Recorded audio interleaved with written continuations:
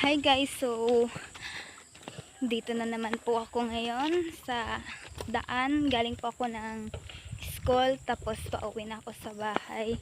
Alam nyo guys, ang hirap-hirap ng leksyon namin.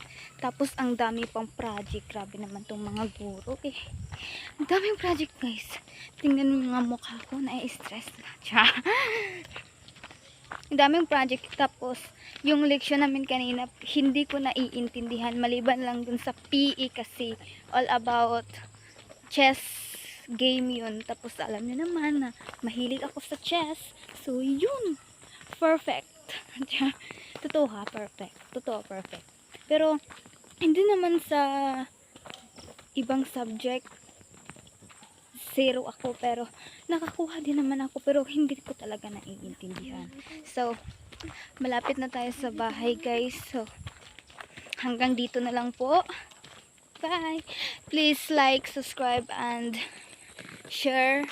Then paki-follow na din. Paki-follow na din.